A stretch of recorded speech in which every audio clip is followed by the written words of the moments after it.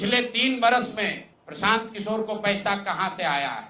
हमको पैसा 2 जगह से मिलता है। एक, जिसको हम लोग सलाह देते हैं, जिसको आप राजनीतिक कंसल्टिंग कह लीजिए, या जो भी आदमी हमसे सलाह मांगता है। हमने जीवन में कभी किसी से फीस नहीं लिया, लेकिन जब बिहार का अभियान शुरू किए तो ये तय किया कि अब हम फीस लेंगे, क्योंकि हमको समाज के लिए पैसा चाहिए।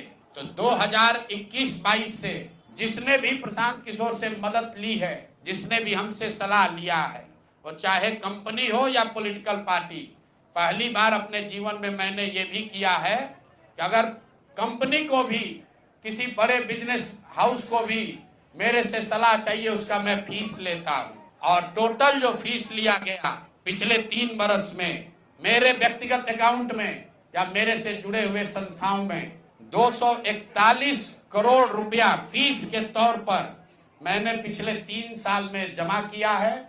इस पर 30 करोड़ 95 लाख 68,764 रुपया जीएसटी पे किया गया है। ध्यान रखिए कि जो पैसा हम लोग सलाह देते हैं, उस पर जो फीस मिलती है, उस पर 18% भारत सरकार को जीएसटी देते हैं। तो 241 करोड़ रुपया हमने फीस के तौर पर लिया 3 बरस में, और उस पर 30 करोड़ 95 लाख रुपया हमने जीएसटी भरा। उसके बाद 20 करोड़ रुपया इनकम टैक्स दिया है, 20 करोड़ रुपया टैक्स दिया है, इनकम टैक्स, और 98 करोड़ 75 लाख रुपया डोनेट किया है जन सुराज पार्टी को अपने व्यक्तिगत अकाउंट से।